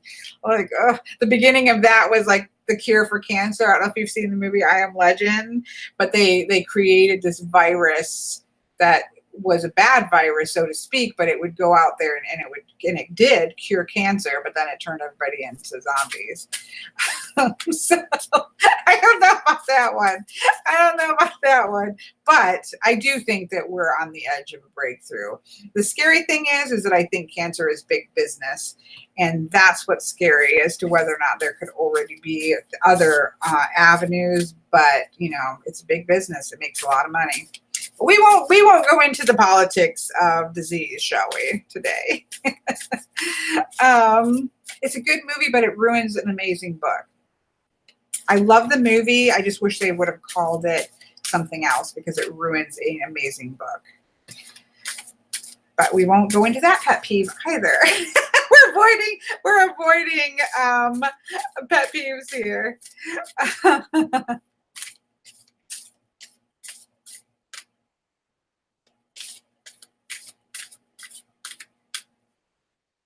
Okay, so let's pull one of each of these. Oh, I might be frozen again, Wendy. I have internet. If you're just coming in, my internet is not in the best space this week because they're upgrading their systems, making it better for us. So my internet is not its normal self. That's why I didn't do live chat yesterday, and I was leery about doing it today. But you know, I enjoy coming together. So it could be, it may not be you, maybe you, but it also may be me. Okay, so let's pull the animal first. So I'll try to describe the cards in case people can't see them because I have no clue what people can or can't see. So let's see what animal we, oh, I love this one. See, this is gonna make me cry. Chickadees are for my son. I have a chickadee on my son's urn. So this one always makes me, especially when we're just talking about, Duda says only you can line up Cancer with zombies. It wasn't me, Duda. It was not me. It was it was because of the combination of using HIV to cure cancer made me think of I Am Legend, in which they cured cancer with a very deadly virus, which then turned people into vampire / zombie things. So it wasn't entirely me, Duda. Anyways, the card, the thing that's interesting for me with this is the card is actually squirrel, but it has a squirrel on it and it has chickadees on it. And chickadees are very much about perseverance. I think we've gotten this card before.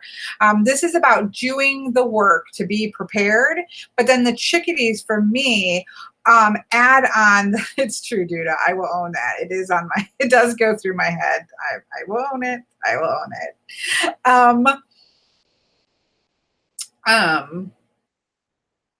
The chickadees on it completely changed this card for me, or adds another layer of the card for me, because it's about doing the work. It's about being prepared. It's about being willing to put in the work. But at the same time, the chickadees bring the layer of perseverance. They last the longest in the winter time. The lady, my son's urn is it was a hand done thing, pottery. It was done by hand. And so when the lady sent it to me, she sent me a little thing where she wrote up, she was from Canada. And so she wrote about the chickadee, and it was so amazing because chickadees were already one of Michael's. I have drawings that Michael did on chickadees. And so it was already something that was really important to me. But then she wrote this whole thing about the perseverance of chickadees and them sort of lasting in the winter and being able to persevere in really harsh climates. And so, so this adds that layer that I just love this particular card, because yes, you have the hard work of the squirrel, but doing all that hard work, doing the preparation, that is what's going to allow you to persevere. That's what's going to allow you to go far, right? So over the coming week, this is a card that is about doing your work, doing the work that it needs to be done so that you can be prepared as things go forward, and that you can be able to persevere and push forward. So that's, I think that's a fabulous card. So that's our first card. I normally pull, if you're new or you've been watching for 3 years, I normally pull 3 cards from one deck. But I just had fun when we pulled one from each, and so I was in the mood for it, for getting some like extra supportive energy from different decks. So I won't do it all the time, but just allow me to play a little bit.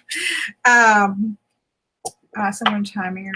Yeah, it's so hard. It's so hard. Yes, thank you, and to you as well. Okay, I'm going to put this over here. I'm going to pull a feather now. So that was Spirit of the Animals Oracle by Jody Bergsma. And so then I'm going to pull in Divine Feather Messenger, which is a deck I am loving. This is thanks to Havana, who inspired Miss Ossette to send this to me, and I adore it so much. So Divine Feather Messenger deck. We're going to pull a feather from. So this is obviously a deck with feathers on the back. I need to do a walkthrough of this because I really love the concept. It has the actual bird feather on the back, and then on the front of it, it has sort of the watercolor of the bird and a message of the bird, which I quite love. So we're starting with squirrel, which also has the added layer of chickadee that I just talked about.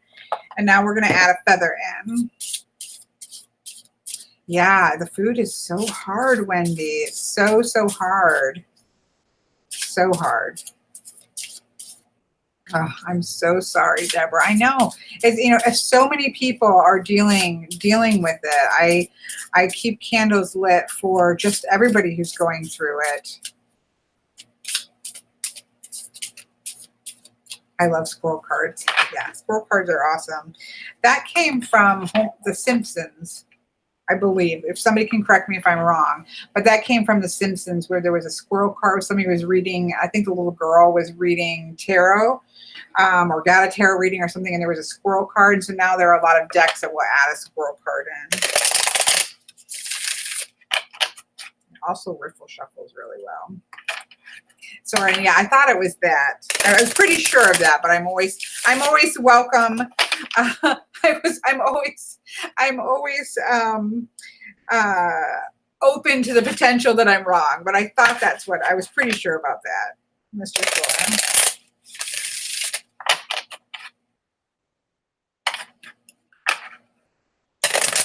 All right, so let's pull a feather. Let's pull a feather to go with her. Ooh, we got the condor. One of the things I do like about this deck is there are some birds that you wouldn't normally see. They're not all like the pretty fluffy bird. I mean, all birds are beautiful, but they, you know, vultures and condors aren't as beautiful, but they're really powerful. And so this one says, hold the highest vision for your life. You now possess the ability to move past any hurdles. So we start with this idea of being prepared, doing the work. Again, I believe that the universe, spirit, source, divinity, however you see like that bigger energy, but I do believe that the universe expects us to do the work, right?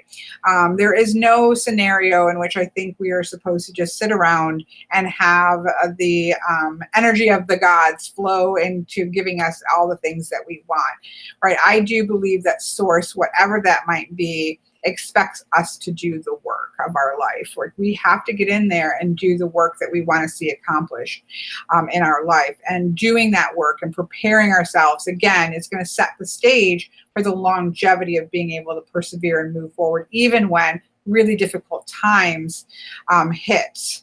Action required. Exactly, Soren. I think that's one of the things maybe we miss from in modern times versus the older gods and the older stories, and even the folk stories and the fae stories. Like, there is an expectation of action. There is an expectation of getting your hands dirty for sure.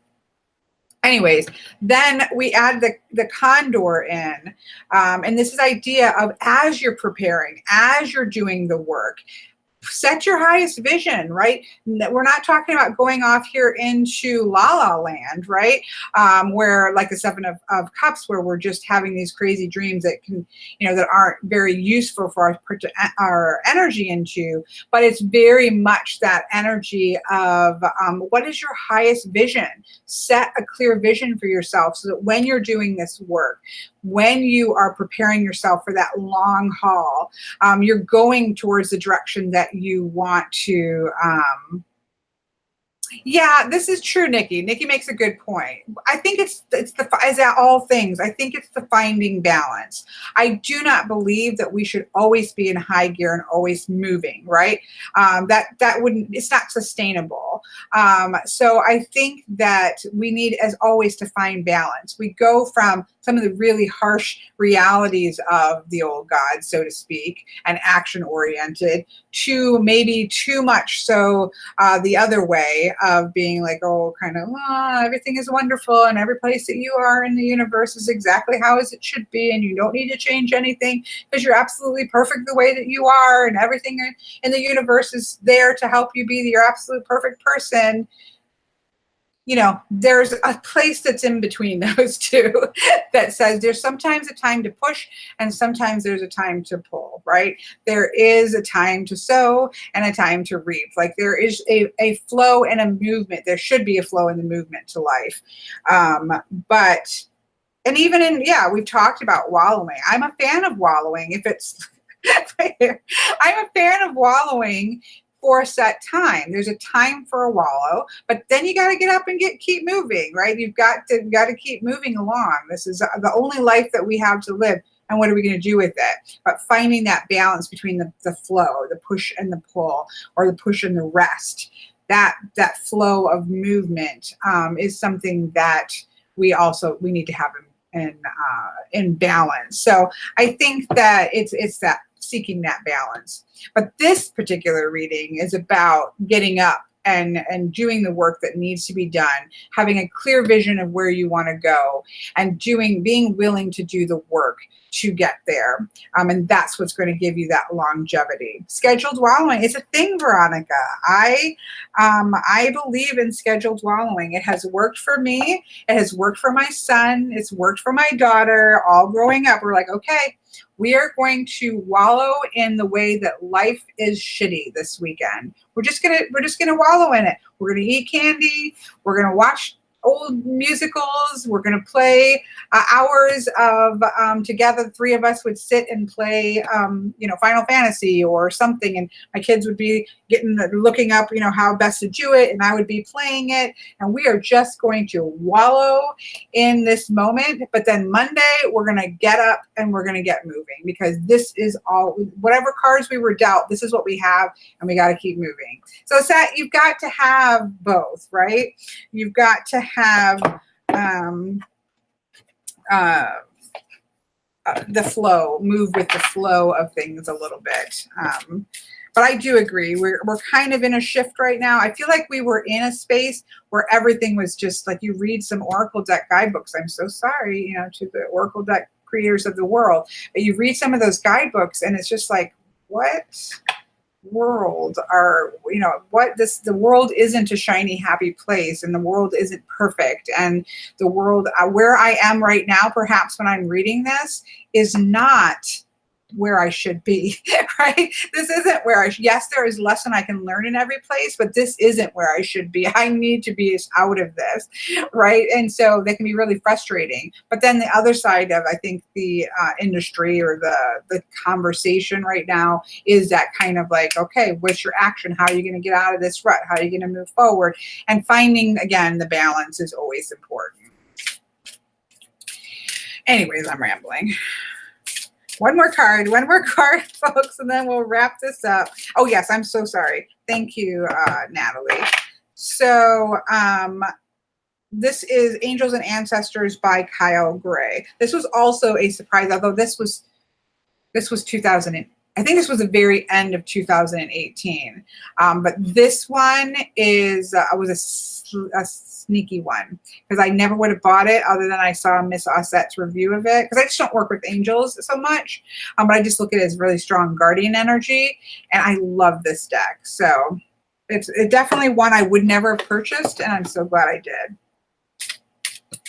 When I wallow is a point I get sick of it. Yeah, I agree, Nikki. There is a point in which you get tired of yourself, right? You're like, all right, this is enough, right? This is enough. I don't even like my own company right now. I definitely get like that, where I will, have a good wallow chunk. And then I'm kind of like disgusted with my own self. I'm like, okay, this is enough because I literally don't like my own company right now. It's time to shift gears.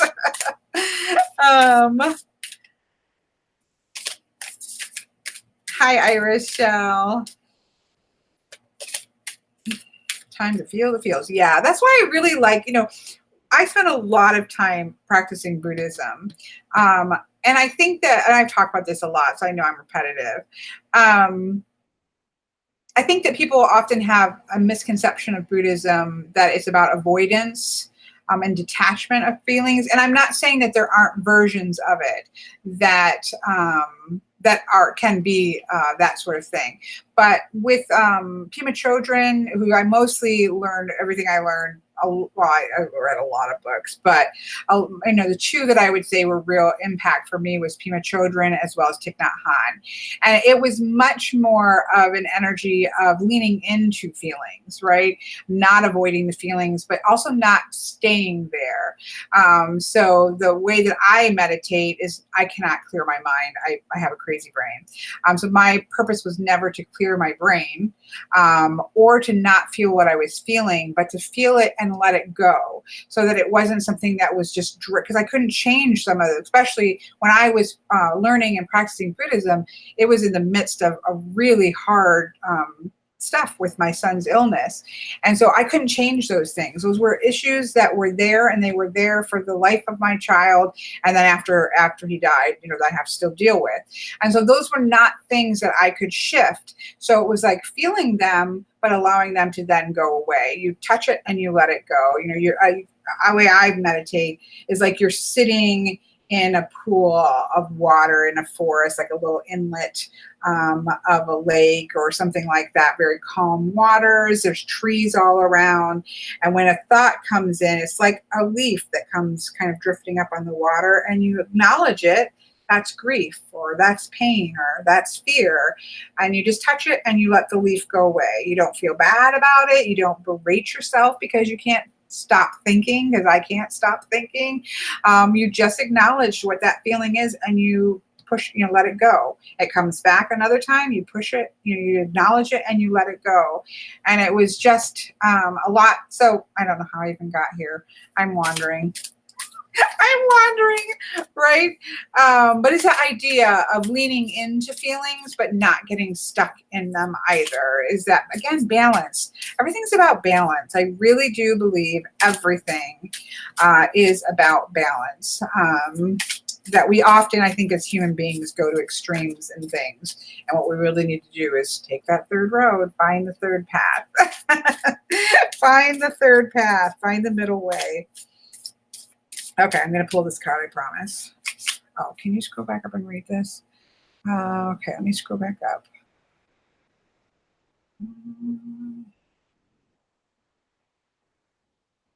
Okay. Now that we're here, I get a little emotional, but I want to thank you all. Because of your own personal growth and healing, with your live chats, they were helpful. I show up constant. Oh, I am so glad. If it helps anybody, it is icing on the cake. But as I said earlier, it helps me just as much as it helps anybody else. So it's about community. It's about community. Oh, because of your channel, I found a spot in the community that I feel connected to, which is amazing, impressive. Oh, thank you, Kelly, and all those who ever chatted along. Yes, I agree. Hi, Nora. And let's not forget the reviews, right? let's not forget the deck talks, because that's a lot of fun too. So I'm going to pull the last card. I'm sorry. I know we have wandered off on this particular reading. That kind of we've taken a meandering reading, but the third card I'm pulling is from Angels and Ancestors, and then I'll try to pull it all together.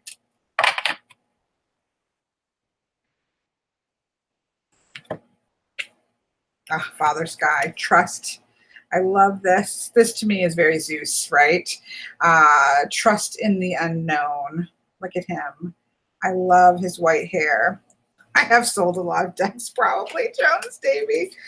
I am an enabler. But that's why I started my channel. You know, it's funny because sometimes I get messages about, you know, not doing deck reviews and things like that. And I'm like, that's why I started this whole channel. But my purpose of the channel was just to do deck reviews. Everything else kind of came after it. But that was the whole purpose of it, was to do deck reviews so that people could see things before they buy. Okay, so here are our 3 cards, and I love how these work out. And yes, look at that, Chris. There are chickadees, condors, and of course the beautiful, powerful eagle. It's really a powerful reading for us, I think. It really does set about that energy of set your, you know, in the middle we have the condor saying, set your highest vision. What is it that you want to achieve? For some people, it actually might be to achieve a sense of calmness and stepping back and not being active. You know, it just depends on what is your highest goal right now. But set that goal for yourself, then do the work, right? Do the hard work, set plans in motions, get things going so that you can be able to persevere when things get rough, because things are going to be rough at some point. When we have a goal that we're trying to achieve, when we have a place that we're trying to get to, there are going to be times when it's difficult. You can be in the middle of grief work. That's something I unfortunately know well. There are times that when you're talking about grief, that your goal, your highest goal, is to get out of bed, put some clothes on, put a little makeup on so that you feel like a human being, and go to your family function and say you're going to stay for 20 minutes. That was oftentimes my highest goal in the first year after my son died. It was literally that goal, that I would get up, that I would go to family picnic that was going on, and I would stay for 20 minutes, right? So the highest goal here doesn't have to be some amazing, far-reaching, I am going to write the great American novel before I die. It doesn't have to be the high intentions of something massive. It can be a small goal this week that says, you know what? This week, I'm going to clean my space. I'm loving my clean space from my daughter, my niece, and pulling out, touching everything I own. So this week, maybe your goal is, I'm going to clean my space around me so that I feel good about, so I can start to feel better about things. It could be a small goal. Whatever that is, set your highest goal and do the work.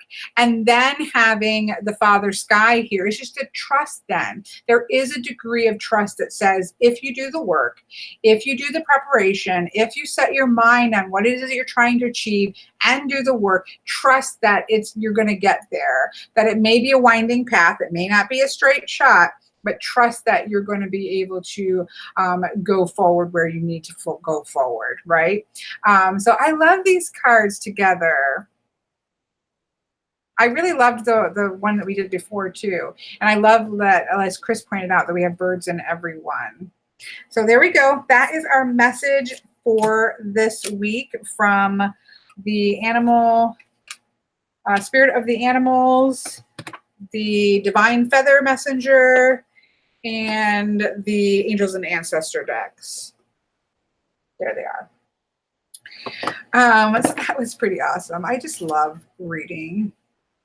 I have one more room. After that, it's the studio declutter. You got one more. It's so great to do when you first move into a place, isn't it, Nikki? That's actually how I feel. I had somebody come into my apartment after my daughters and I, or my daughter and I said my daughters. My niece is like my daughter. I call her my second daughter. My niece and my daughter came in, and literally I've touched everything I've owned and decided it either left somewhere or it had a space. It is either donated, thrown away, or it has a space. And somebody had come in after I had done that, and they said it feels like you just moved in, which is great. So there is a great feeling about, I think, being able to do what Nikki's doing, which is sort of setting her space intentionally in a new space. Like, it's so exciting to be able to get that and get that, you know, set into place right at the get-go. I think that's amazing energy to have. Yeah, I've been enjoying her process myself, Chloe. It's been so fun to watch. Sorry, I'm trying to put things away here while I chit-chat. So we're going to wrap that up. I know we just did one reading today, but that's all right. We had lots of chit chat and 2 hours of chit chat, even though maybe not two. Normally we do 2 of readings, but you know, we did have the reading of our weekly reading too, so it's okay.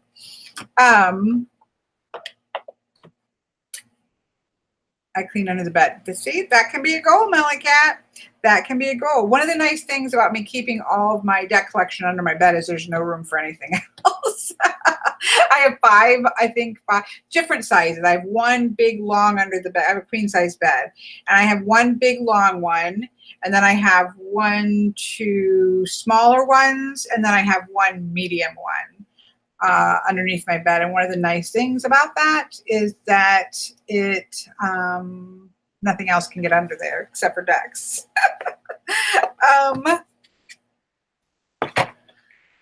Did you get them all? Oh, you got a good chunk of them done, Jones Davy. Nice. Nice. All right. Well, I am going to head out and enjoy the rest of my Sunday. I hope that you guys all enjoy the rest of your Sunday and that you have a good week ahead.